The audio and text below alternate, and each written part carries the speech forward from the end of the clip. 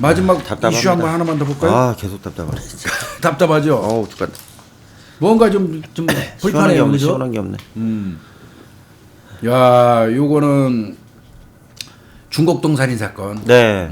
결국은 뭐 저는 이렇게 나올 줄 알았어요. 2012년도에 서울 중곡동 살인 사건 네. 피해자 유족한테 네. 국가가 손해를 배상하라는 법원 판단이 나왔습니다. 그러니까 범인이 아니고 국가가 배상하라는 얘기죠. 배상하라는 거. 네. 고등법원 서울 고등법원 민사 19-2부에서 1일 날 네. 피해자의 남편과 자녀들이 국가를 상대로 제기한 손해배상 청구 소송에서 네. 원고 일부 승소 판결했네요. 일부 승소요. 그래서 국가가 피해자 남편한테 손해배상금을 9,375만 원. 네. 그다음에 이제 자녀가 둘 있는데 걔들한테 각각 5,950만 원을 지급하라고 명령을 했는데 네. 중곡동 살인 사건 아마 다들 아시겠지만 우리도 했죠 이거. 네. 2012년 8월 달에 네. 서울 광진구 중곡동에서 30대 주부 A씨가 이제 유치원에 가는 애를 데려다 주고 들어오는 사이에 범인 새끼가 미리 겨들어와 있었잖아요. 네, 예. 그래가지고 서진환이 사건입니다. 이거 예, 서진환이죠. 천하에 죽일 놈이 서진환이에요, 이거. 네. 43살 그 당시에. 네. 서진환이가 이제 미리 싹 숨어 있다가 애 데려다 주고 그러니까 애 데려다 주고 가면서 문 열어놓고 잠깐 나가서 그렇죠, 애 잠깐. 데려다 주고 들어오는 사이에 이러면 미리 와서 기다리고 있었던 거예요. 이게 스쿨버스 오니까. 예. 네. 그래가지고 이제 성폭행하려고 덤볐다가 반항하니까 정말 흉기로 엄청나게 잔인하게 살해했잖아요. 네. 네. 이제 그랬던 사건이고, 서진환이는 그 이 범행 일어나기 13일 전에도 대낮에 중량구 한 주택에 침입해서 주부를 흉기로 위협하고 성폭행을 했었어요. 네. 그래 이제 경찰이 서진환을 체포하고 난 이후에 비로소 위치 추적, 그 전자발찌 찾놈이라는 거를 파악을 했다는 거예요. 이게 국가의 과실인 거죠. 그렇죠. 네. 이제 그러니까 이제 얘기인즉슨 이제 그 육아가족 측에서는 뭐라고 그러냐면 사건 발생하면 바로 저 전자발찌 찾놈 아니면 성폭행으로 전자발찌 찾놈인지 아닌지를 경찰이 확인했었으면 서진환이 금방 특정할 수 있었지 않느냐. 그렇지. 근데 왜 그걸 안 하는 바람에 2차 범행이 일어나서 이렇게 죽었다. 그렇지. 이 얘기예요. 네. 그러니까 유족 얘기는 국가가 서진환의 범행을 막을 수도 있었다면서 3억 7천만 원 손해배상 청구했단 말이에요. 그럼 교수님 앞 사건에 유전자가 있었던 거예요. 그러니까 이겁니다. 예, 자, 예. 그 중곡동 여성분이 살해됐죠. 네. 그 직전에 이제 중량구에서 한 여성을 성폭행했죠. 또 강간했죠. 이때 DNA 나왔죠. 나왔고. DNA가 나오면 DNA를 대조해보면 전자발찌 찾놈이라는 서진환이라는 게 나오지 않느냐. 그러면 그때 그 사건의 서진환을 특정해갖고 검거를 했으면 13일 뒤에 사망하는 이런 일은 아니랄 거 아니냐. 왜 경찰이 전자발찌 DNA까지 나왔는데 DNA 대조해서 전자발찌 찬 서진환이를 왜 파악을 못 해가지고 놔두는 바람에 검거가 더디게 되는 바람에 13일 후에 죽었으니까 경찰이 일 잘못했다 이 얘기예요. 그래서 이제 손해배상 청구를 했는데 근데 이게 이제 제가 늘 말씀드리지만 DNA 관리를 검찰하고 경찰이 별도로 해요. 그렇죠. 경찰 DNA는 국가수에 있고요. 국가원에 있고요. 검찰 DNA는 대법원, 대검찰청에 따로 있잖아요. 과학수사부서에 따로 들어가 있잖아요. 뭐 어떤 이유에서 이게 별도로 하는지 모르겠습니다만은 이거는 언젠가는 통합해야 된다고 통합해야 봅니다. 되는데. 이거 이상해요. 근데 교수님 궁금한 게요. 지문은 통합 관리를 하잖아요. 지문이야 뭐 그저 뭐 그거는 이제 찍을 때부터 주민등록증 나올 때부터 그러니까 다 된 거고요. 그거는 뭐 검찰 경찰이 따로 하는 것도 아니고 그냥 뭐 아예 그 입력이 돼 있는 거니까. 그다음에 이제 더 나아가서 유가족이 주장한 거는 얘는 성범죄자로 전자발찌 차고 있는 놈이면 그렇죠. 사후 관리를 이 새끼 나오고 난 이후에 동태 파악이라든지 얘 어떤 동선 같은 거를 철저히 책임을 져줘야 되는 거 아니냐 국가가. 근데 그거 소홀히 한 거 아니냐. 그러니까 또 범행하고 돌아다닌 거 아니냐. 그렇죠. 뭐 이제 이런 내용이죠. 그렇지만 이제 1, 2심 때는 청구 기각했어요. 기각했어요. 1심에서 수사기관하고 보호관찰기관 공무원들의 직무상 과실과 서진환의 범행 사이의 인과관계 인정 안 된다.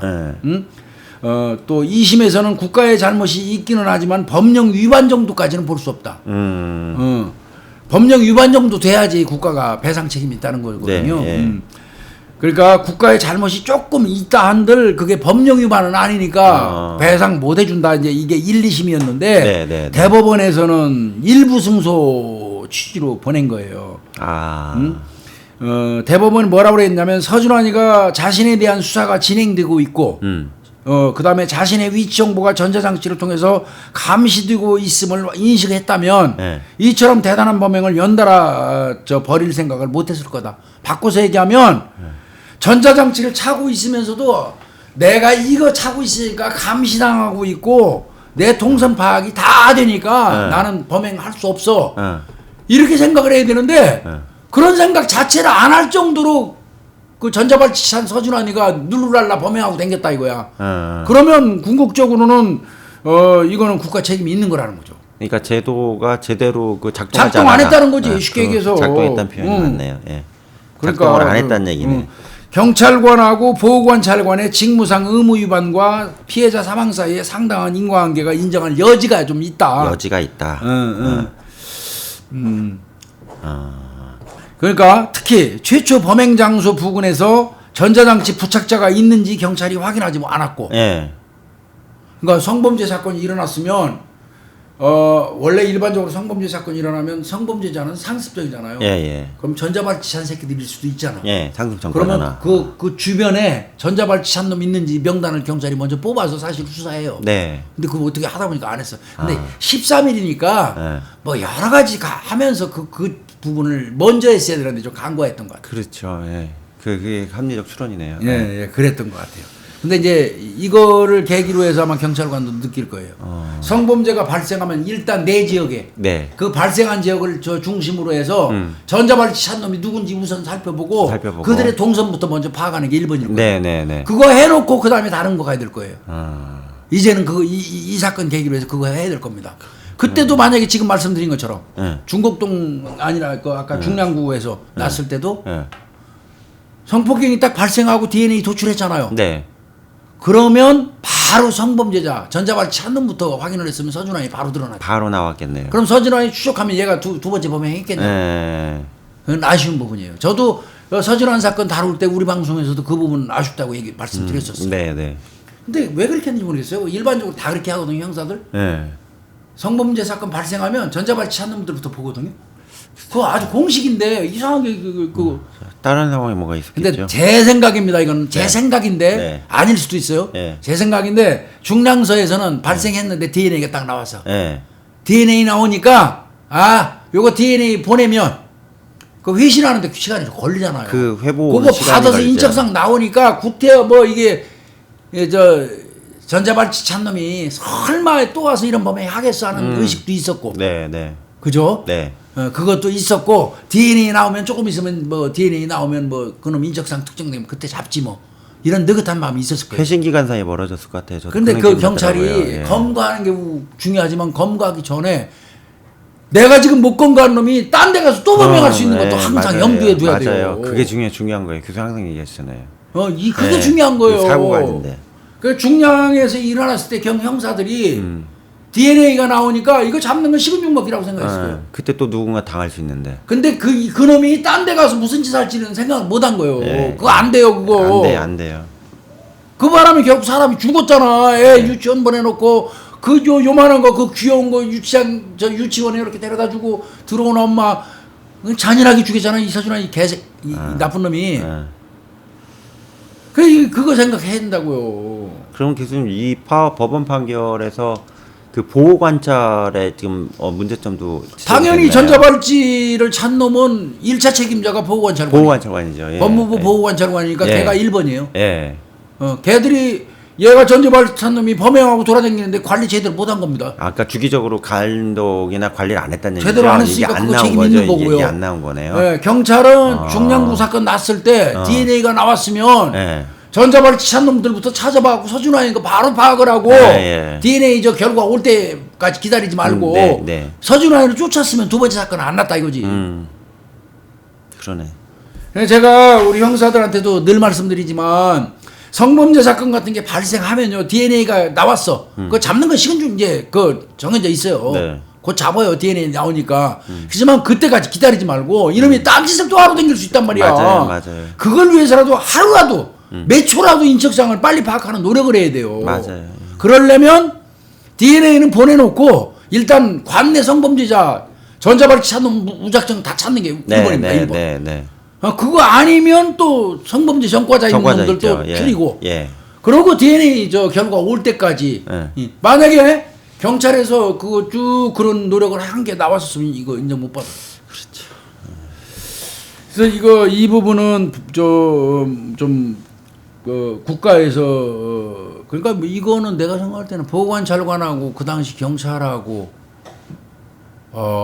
국가에서 일단 물어주고 나면 구상권 청구 들어올 것 같은데요. 이 정도면요. 네. 여기 그렇게 나와 있네요. 지금 경찰 보니까. 개인이나 보호관찰관이 구상금 전체는 아니어도 일정 부분 돈을 내야 될 변제를 해야 될 의무가 생길지 모릅니다. 그래서 제가 볼 때 이렇게 국가를 대상으로 유족 배상해서 2억 정도면 총액이 물론 사람 돌아가신 걸 돈으로 산정은 그렇지만 상당히 큰 액수 판결 같은데 제가 2억 정도가 가게 되면 국가에서 일단 먼저 지급해요.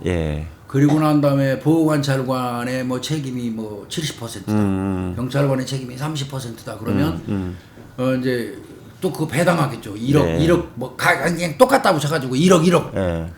법무부에서 1억, 경찰에서 1억. 그러면 일단 또 경찰에서 또 법무부에서 1억씩 국가에 대해 배상해야겠죠. 그러면 경찰은 경찰 나름대로 그 당시 담당했던 형사를 상대로 해서 일정 부분 배분해가지고 또 구상권 청구. 구상권까지 갈 수 있다. 이거 업무 잘해야 됩니다. 이 서진환 이 새끼는 무기징역 받아가고 지금 살고 있어요. 이거 사형시켜야지.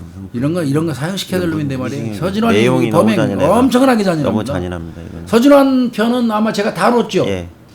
제가 대한민국 살인 사건 했습니다. 저랑 오늘 이슈는 이렇게 4건 정도 정리하는 걸로 하겠습니다. 고생하셨습니다. 고생했습니다. 감사합니다.